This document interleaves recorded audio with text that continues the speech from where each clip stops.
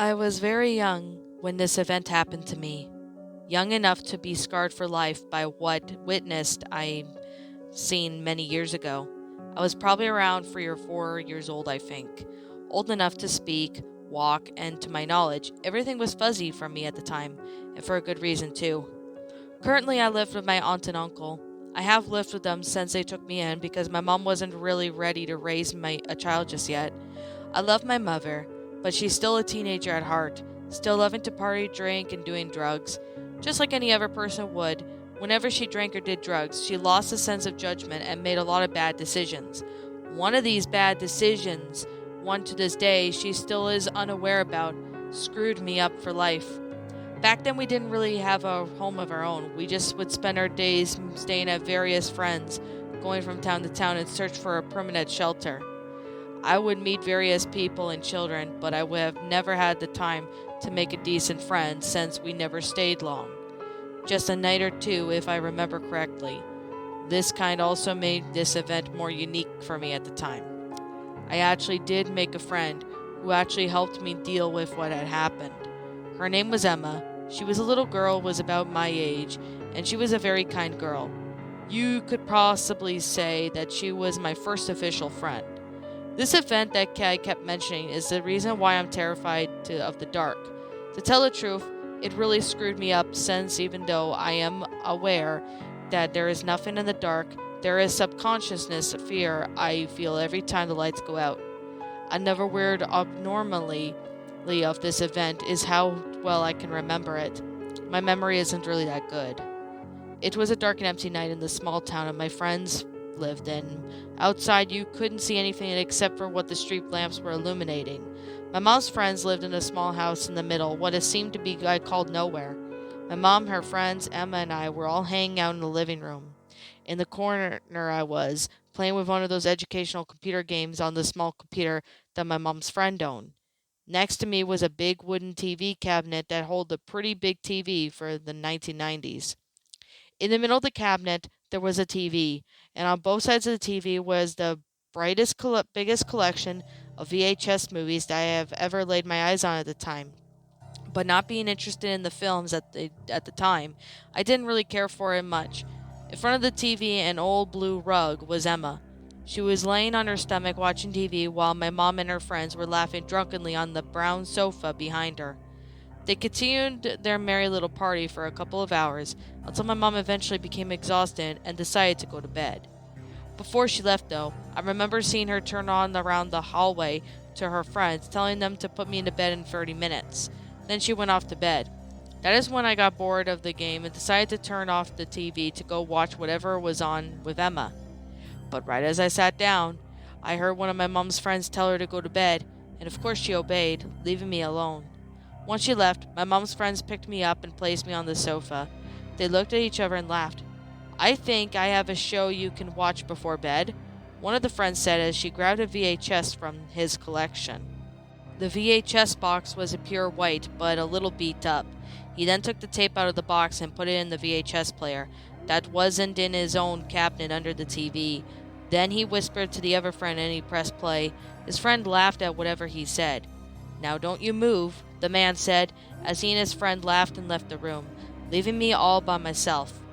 The TV suddenly flared up with a bunch of static for a few minutes, and then some faint carnival-like music can be heard. The opening credits for the show flashed on my screen with its many colors and balloon-like text. I can't remember much about the opening credits, nor I could tell you who starred in it, although I can tell you that I heard a feeling of uneasiness as the credits rolled and the music became louder and louder. At the peak of the music's loudness, the music stopped and then it cut to a very shot in a very colorful living room. The walls were bright yellow, and there were odd blue furniture everywhere. It was a bit obvious that this was just a TV set that was hastily made of some of the walls that were more crooked than the others in some of the walls in the photos that were titled.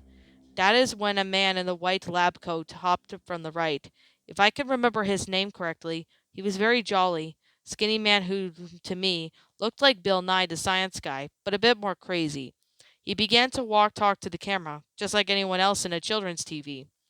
He began to talk to us about how he's looking for a friend since they were playing a game of hide and seek and such. He wanted our help to find him. Eventually, he found him, and that's when we learned that his friend was actually a ventriloquist puppet who looked like the Charlie McCarthy way. The episode continued on like any other regular kids show. Nothing bad or anything. That's when the first episode ended, and the second episode began. The second episode began like the first one. The carnival music, the man looking for his friend, etc. If it wasn't for what happened next, I would have thought I was watching an episode 1 again. But this time the man approached with the yellow door, and he turned to the camera and excitedly said, "I think he might be hiding in here, but be careful. Monsters lurk in the darkness of the basement. Good thing I just changed the light bulb." He then entered the basement. He left the door open behind him for extra light as he began walking down the stairs. I could hear the eerie creaking of the wood steps underneath his feet as he walked down. The old steps. Midway down the steps, he turned to the camera and said, "I really hope he's down there. Basements can be very scary." Then he turned back to look around. The light bulb above him, to which it was only illumination of the basement, shattered in the room as he swallowed by the darkness. The man became very nervous and was shown off of his breathing became faster and faster. He then called out for his friend. His voice was shaking. When he looked over at the doorway, his friend stuck his head out and said, "How's it going?" in a cheeky tone. The man was glad to see his friend, but was a bit of an understatement, though.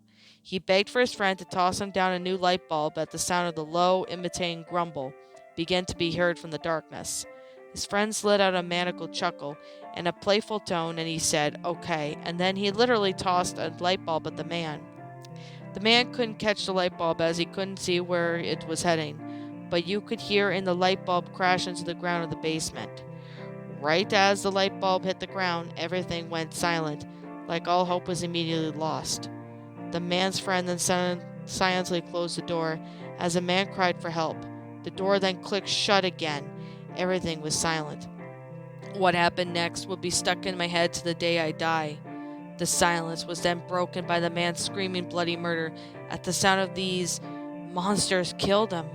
The show then cut to static for the rest of the video, then to black as I sat there in silence, forever scarred for life from what I saw that day.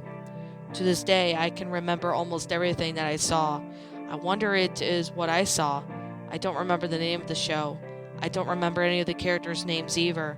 If anyone who knows anything about the show or any related to it, I would love to hear it. I've been looking for this show for years, and I cannot find it.